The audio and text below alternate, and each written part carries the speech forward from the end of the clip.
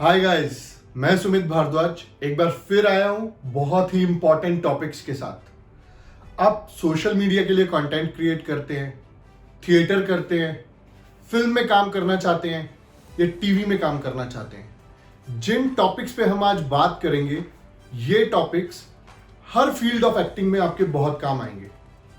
तो आज हम बात करेंगे फेसिंग के बारे में, डिस्टेंस के बारे में, पर्सनल स्पेस के बारे में, विजुअल प्रिंसिपल के बारे में, जेस्चर पोस्चर के बारे में। तो लास्ट तक ये वीडियो जरूर देखिएगा और मुझे बताइएगा कि क्या ये वीडियो आपके काम आई। तो सबसे पहले हम बात करेंगे फेसिंग की। हम एक्टिंग किसके लिए करते हैं? अपने लिए नहीं, हम एक्टिंग करते हैं ऑडियंस के लिए। अपने लिए हम एक्शंस करते हैं। और अगर यही लाइन मैं आप लोगों को इस तरीके से समझाऊं तो क्या आपको ये लाइन समझ आएगी? नहीं आएगी ना। क्यों? क्योंकि मेरा फेस आपकी तरफ नहीं है।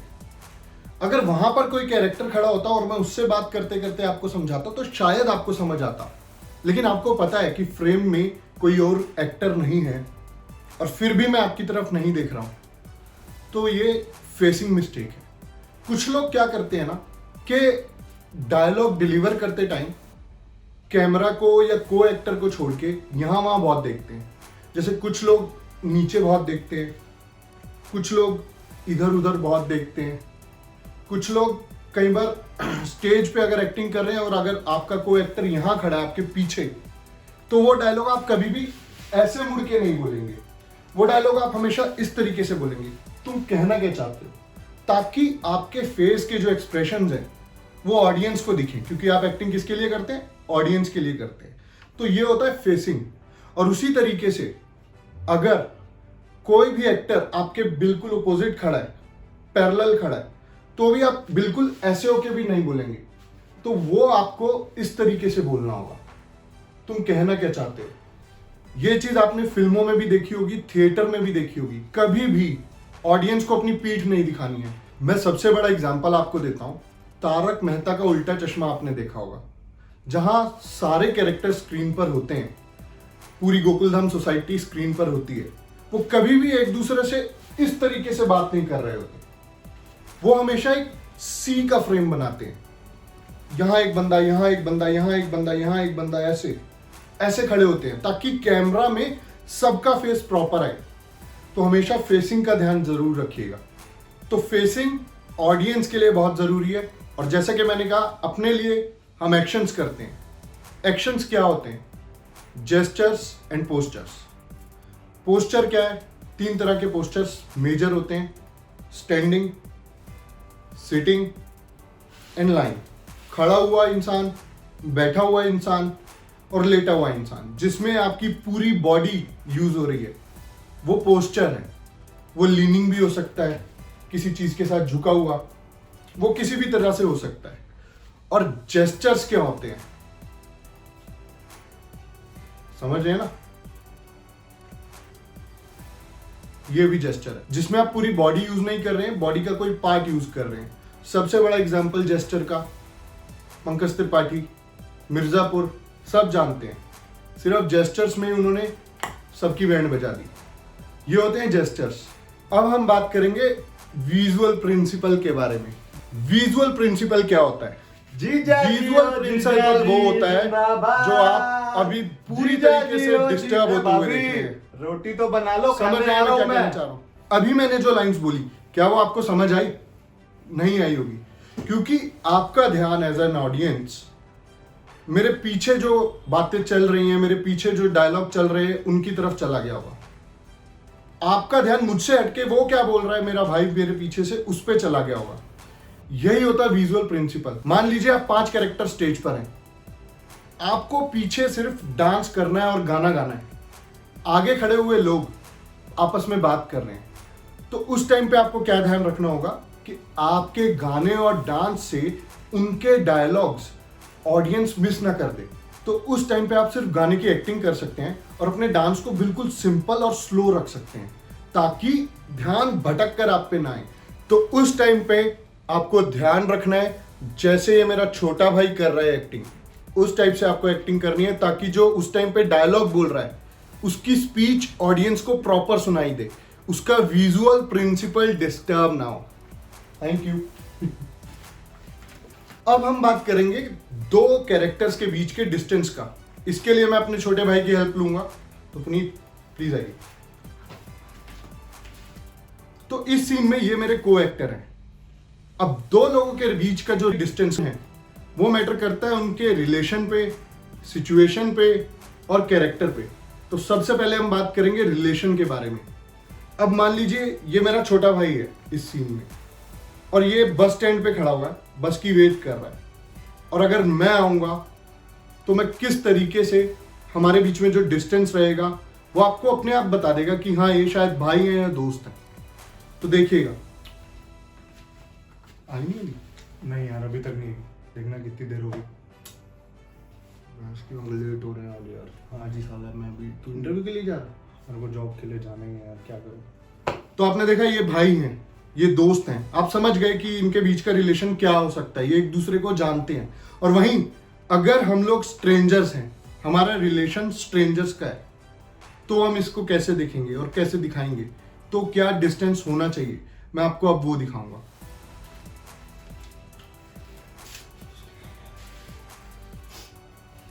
आठ सौ तिरासी आई थी सर, शायद आई थी, अभी पता नहीं है मुझे, मैं आऊँगा यहाँ पे। तो स्ट्रेंजर्स के बीच का डिस्टेंस इस तरीके से मेंटेन कर सकते हैं। अगर आपने पहली बार हमको इस तरीके से बात करते देखा स्क्रीन पे, तो आप समझ जाएंगे कि हाँ ये बंदा इस बंदे को नहीं जानता। अब हम बात करेंगे दूसरे पैरामीटर के बारे में, जो है सिचुएशन।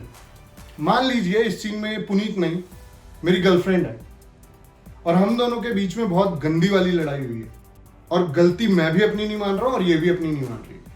तो वो आपको कैसे समझाना है ताकि वो स्ट्रेंजर्स भी ना लगे और आपको पता भी चल जाए कि हाँ इन दोनों के बीच में कोई रिलेशन है, लेकिन लड़ाई चल रही है। लड़ाई चल रही है, जो सिचुएशन है वो आपको पता चल जाए। वो कैसे में आप कर सकते हैं डिस्टेंस के थ्रू, मैं वो बताता हूं।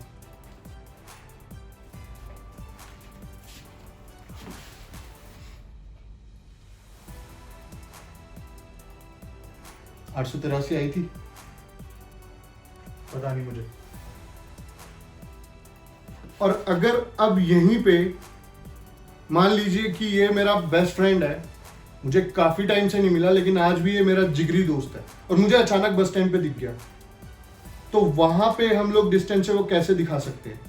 फर्स्ट टाइम आप लोग हमको स्क्रीन पे देख रहे हैं मान लीजिए, और आपको ये कन्वे करना है कि हम लोग बेस्ट फ्रेंड हैं और बहुत टाइम बाद मिल रहे हैं। हाँ भाई, अरे कहाँ जा रहा तू अभी भाई मैं साले टाइम देख। तू मेरे को कहता है मैं रोज सुबह 7 बजे निकलता हूँ, 6 महीने से तेरी शक्ल नहीं देखी, और तू 11 बजे आप यहीं खड़ा है। भाई सॉरी यार, बहुत ये गलत बात है यार। तो ये आपको देखते ही समझ आ जाएगा कि हाँ यार ये दोनों पुराने दोस्त हैं या भाई हैं। ठीक है, अब तीसरे पैरामीटर पे आते हैं, कैरेक्टर क्या है। मान लीजिए ये मेरे अंकल जी हैं, मेरे ताऊ जी हैं, दूर के रिश्तेदार। अब वो मुझे बस स्टैंड पे मिल जाते हैं, तो मैं कैसे डिस्टेंस रखूंगा, मुझे क्या रखना चाहिए ताकि वो आपको समझ आ जाए। नमस्ते अंकल जी। और सब ठीक है? सब बढ़िया था। ऑफिस जा रहे? हाँ जी। आपका इंटरव्यू पे। तो इस तरीके से आप कन्वे कर सकते हैं कि हाँ ये दोनों रिलेटिव्स हैं या एक दूसरे को जानते हैं, वो डिस्टेंस मेंटेन हो रखा है। अगर ये थोड़ा और दूर होता तो शायद जो हम कन्वे करना चाहते हैं वो कन्वे ना हो पाता। अब इसी में हम एक और एग्जांपल लेंगे। मान लीजिए कि मैं एक छिछोरा लड़का हूँ और ये एक सुंदर लड़की है जो बस स्टैंड पे खड़ी होकर वेट कर रही है। मुझे डायलॉग नहीं बोलना है, लेकिन सिर्फ आपको ये कन्वे करना है कि मैं एक कैरेक्टरलेस टाइप का इंसान हूँ। तो वो कैसे होगा, डिस्टेंस के थ्रू कैसे होगा।